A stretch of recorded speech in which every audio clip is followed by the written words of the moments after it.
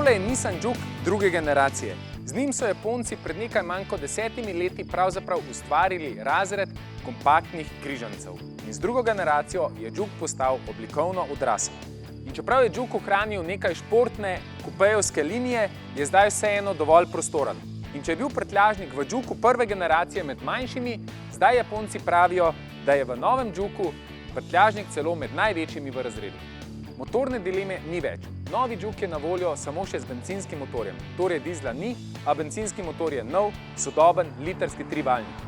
Ob ročnem 6-stopenjskem menjalniku je novost na področju avtomatike. Pri Nissanu so se odločili in končno zamenjali neskončnostopenjski CVT menjalnik z novim, sodobnim, dvosklopčnim menjalnikom. Tale samodejni menjalnik sicer ni med najboljšimi, a vseeno mi dvigujemo palec zanj. Ta menjalnik pa priporočamo saj še zaradi ene stvari, in sicer sodelovanja z asistenčnimi sistemi. In ko omenjamo asistenčne sisteme, velja poudariti, da so ti v novem Jukeu na voljo za zares ugodno ceno. Toliko na kratko o novem Jukeu, zdaj pa si ga poglejmo bolj podrobno. A še prej, ste se naročili na naš kanal? Sicer je pod videom ikona naroči, zraven je pa zvonček. Vi pritisnete, mi pa se obvežemo, da bomo skrbeli za vas, da boste redno obveščeni, kaj se dogaja v avtomobilizmu in mobilnosti nasploh. Najprej nekaj zgodovinskih dejstev. Malo kdo namreč ve, da je prav Nissan kriv ali pa zaslužen za razvoj danes tako popularnih križancev. Daljnega leta 2006 je namreč Nissan predstavil model Qashqai. Še danes jim nihče ne zna pravzaprav natančno razložiti zakaj, ampak pazite, avto je bil ob začetku ne mesece, ampak celo leta popolnoma razprodan.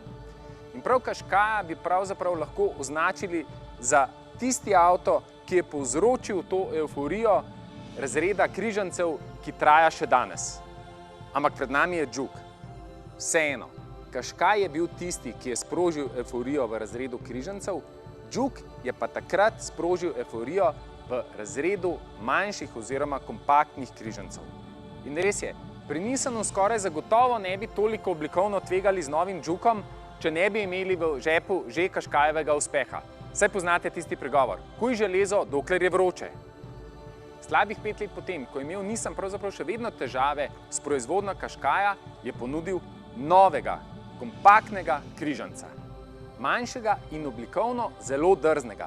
S to drznostjo so seveda hoteli osvojiti tudi mlade kupce, a se je spet zgodilo nekaj nepričakovanega. Samo na Japonskem so si namreč ob začetku prodaje obetali prodajo 1300 vozil v prvem mesecu. In se je zgodilo. Prodali so jih 10 000. Pa seveda ne samo mladim kupcem oziroma voznikom, ampak tudi ali pa predvsem tistim bolj zrelejšim ali pa mladim po srcu. Seveda pa Juke, katerega ime pomeni plesati oziroma s hitrimi gibi pokazati gibčnost, ni osvojil samo Japoncev. Osvojil je ves svet, vključno z Američani.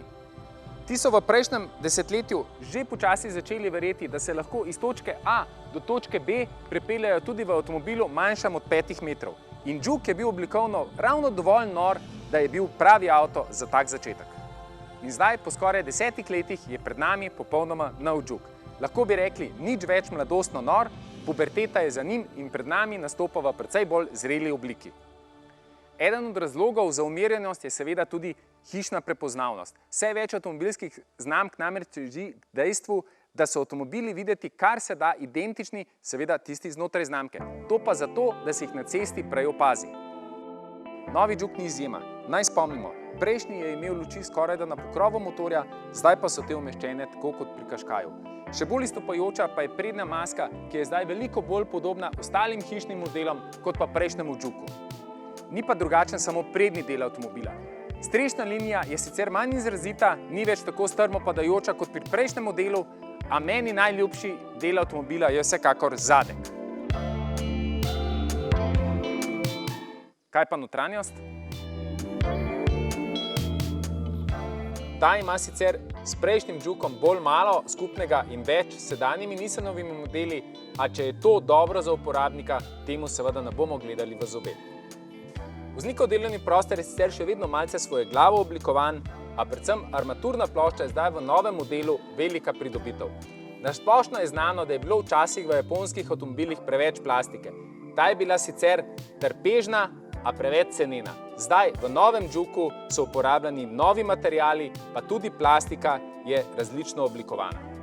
Jasno, največ odtehta volanski obroč, ki ga je zaradi njegove oblike in debeline veselje sukati, a hkrati ponuja tudi številne gumbe.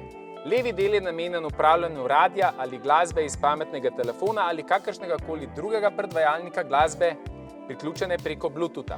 Desni del pa je namenjen upravljanju s pametnim tempomatom, telefonom in upravljanju z varnostno-asistenčnimi sistemi. Gledano v celoti se zdi voznikov delovni prostor precej bolj spodoben, predvsem pa prostoren. V primerjavi s predhodnikom je seveda zadaj več prostora, a prostora je več za noge, nikakor pa zaradi strešne linije ne v višino. 185 cm visoki potniki na zadnjih sedežih bodo morda imeli težave s prostorom nad glavo. Nekatere pa bi znalo motiti tudi majhno stransko okno, ki je posledica kupejevske oblike, ta pa denimo terja svoj davek tudi pri preglednosti nazaj, predvsem s širokimi cestebrički. A če hvalimo prostornost, bi verjetno marsikdo mislil, da ti zajetni zglavniki kvarijo povprečje, pa seveda temu ni tako.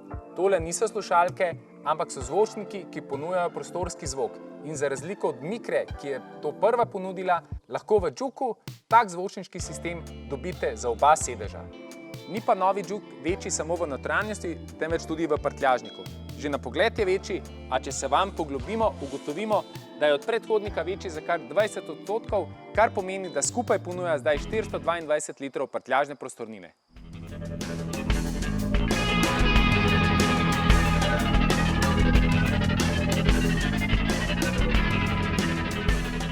Za marsikoga je srce avtomobila motor.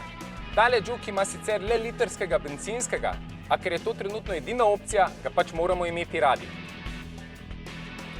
A saj vemo, litrski bencinski motorji so se zgodili predvsem zato, da bi bili dnevno uporabni v mestni gneči, predvsem pa, da bi nadomestili dizelske motorje, tudi s porabo goriva, a pri tem je poudarek, da naj bi. Namreč pogosta težava pri litrskih motorjih je seveda njihova moč. Ker je ni v izobilju, slednjo voznik kompenzira s prevelikim pritiskanjem na pedalo za plin. To pa seveda posledično pomeni višjo porabo goriva.